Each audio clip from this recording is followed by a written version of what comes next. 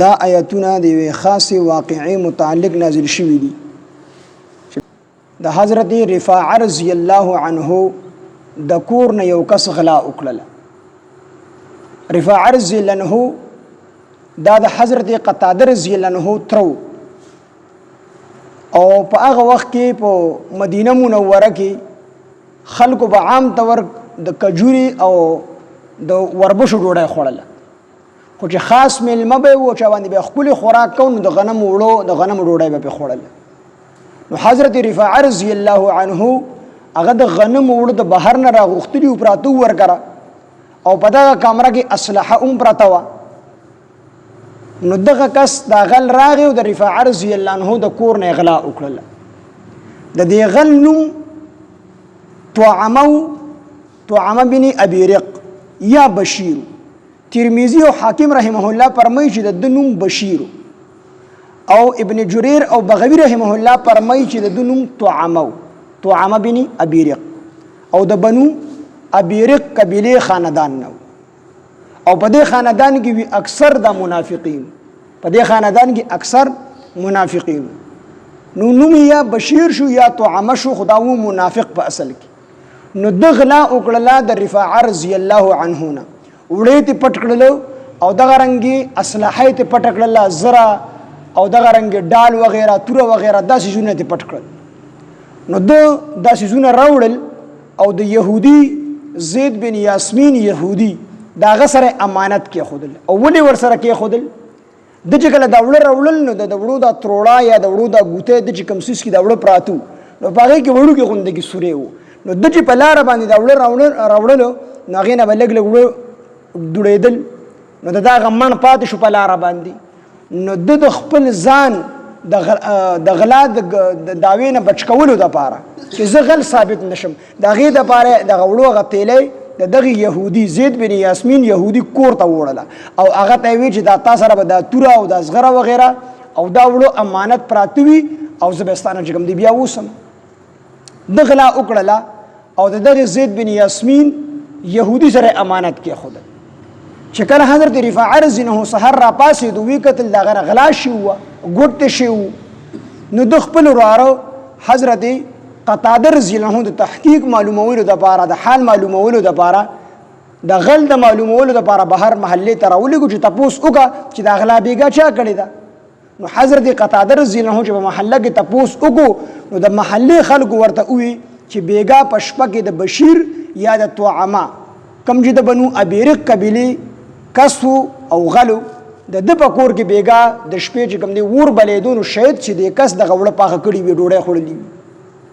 چې دا خبر څنګه خلکو وکړه حضرت قتاده رضی الله عنه دا خبر را ورسېدله. نو دغه قبيله خلک او خصوصا دغه بشیر یا دغه طعمه یو نوم به انو بیا به اسانه وي، طعمه به یا بشیر به وي.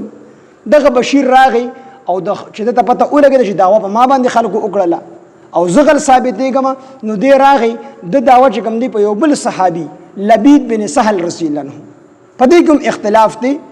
بعضی وی ترمذی رحمه الله فرمای چې د داوا په لبید بن سهل رضی الله عنه وکړه او ابن جرير او بغوی رحمه الله فرمای چې د داوا په زید بن یاسمین يهودي باندې وکړه. خو په دواړه واقع یو ځای کې شي دغه تطبیق یو والی دادی چې رومبه د په لبید بن سهل باندې داوا وکړه چې دا غلا ما نه کړی، دا لبید بن سهل رضی الله عنه کړی دا او دا مخلص او صحیح مسلمان او صحابي شکل د په لبید بن سهل رضی الله عنه باندې داوا وکړه چې دا غلا د کړی دا هغه غلوونه او صحابي او په مسلمانو هغه تور راواغسل او بهر راووتو وی تر هغه پورې بس د خپل تور پتی کې دن نه کما تر سوچ ما د دی واقع تحقیق نه کړي او غل مې نه معلوم کړي او چې کله راووتو او دغه قبيله بنو ابي رق ته پته ولګیدله نو دا بشیر یا طعمه دی راغی او د قبيله خلق راغی ورته وی چې دا غلا تا نه کړی چې دا غلا تا کړی دا خو زید بن یاسمین يهودي کړی او یو تاسو یقین نه کیږي نو ورشه د سيزونو سره پراته ومدي چې خلک لاړم دغه په کور کې دغه زرا او وړو د زید بن یاسمین يهودي د کور نه برآمد شو. چې کله خبره زید بن یاسمین يهودي ته رااله نو هغه چې بالکل د سيزونو ما سره شته دي خدا مال دغه بشیر یا طعمه را کړی د بشیر الله کړی دی ما سره پتا ورته امانت اخی دي خودي قسمونو خل چې مونږ امانت نه دي اخی دی د خپل خبرې نه واپس شول او منکر شو چې دا مونږ امانت نه دی اخی دی دروغ وي دا د غلا کړی د خپل کور کې چې کوم دی کېښودلی شي کې ایښي بهرحال خو حضرت قتاده رضی الله عنه حضرت رفاعه رضی الله عنه د هغوی غالب ګمان دا و چې دا د یهودي دا غلا نه ده کړې دا دکې طعمه یا د بشیر دا غلا کړې او نبی علیه السلام ته وویل چې دا غلا د یهودي نه ده کړې زید بن یاسمین دا د بشیر دا غلا کړې ده یا د طعمه دا غلا کړې ده چې کله دغې د طعمه ته یا د بشیر ته پته ولګېدله چې په مونږ باندې رفاعه رضی الله عنه یا قتاده رضی الله عنه دعوه وکړله د غلا نو دوی راغلل نبي علیه السلام د شکایت چې د الله پیغمبره غلا د یو سړي سره ثابت شوله او حضرت رفاعه رضی الله عنه په مونږ باندې دعوه کوي چې دا غلا دی کړې ده نو موږ مسلمانان یو په مونږ باندې ولې بغیر د شرعي دلیل نه دعوه کوي دې سره دلیل او ثبوت نشته دی او دعوه په مونږ باندې کوي او یو روایت کې دی چې نبی علیه السلام د دغه يهودي د لاس کټ کولو حکم اراده هم کړو قتاده رضی الله عنه چې کله نبی علیه السلام لاړو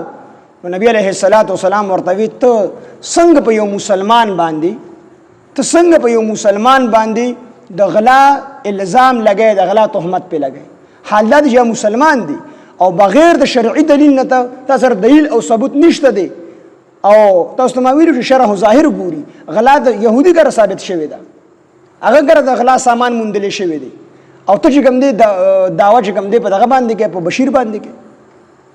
نو نبی علیه السلام چې کله دا خبره وکړله نو حضرت قتاده رضی الله عنه ډیر خپه شو او افسوس یې وکړ چې کاش ما دا خبره نبی علیه السلام ته نه وی کړې دا خبره ما نه وی کړې چې نبی علیه السلام مخکې ملامت شو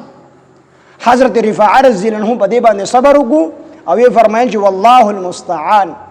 الله پاک جل جلاله داغه په حق کې دا غونډه رکوع چې کومه ده دا غون آیاتونه الله پاک را ولېږل او په دې کې د دغه يهودي صفایي بیان کړله او د دغه بشیر یا د طعمه دغه غلا ثابت کړله چې دا غل د په حقیقت کې يهودي غل نه دی هغه سامان هغه بیا چې کوم دی حضرت رفاعه رضی الله عنه ته واپس ورکو او دغه بشیر یا طعمه کم چې د بنو ابيرق قبیله وو کم غلو دی او تختیدو مکه مکرمه ته چې کله مکه مکرمه ته او تختیدو نو مکه مکرمه کې د یوې ښځې سره پناه واغسته هغې سره پاتې کېدو خو چې کله هغه ښځې ته پته ولګېده چې دا غل دی او دوی د غلا د وجې نه را تښتېدلی دي نو هغې د خپله کوره وباسو نو دی په مکه مکرمه کې ګرځېدو را ګرځېدو نو چې کله ګرځېدو به نو دی خو د غلا عادت نو بل چا کره ور واوړېد او د چا نه یې غلا کوله نو دیوال پرې را پرېوت او هلته کې مردار شو نو خلک ته بېغمه شو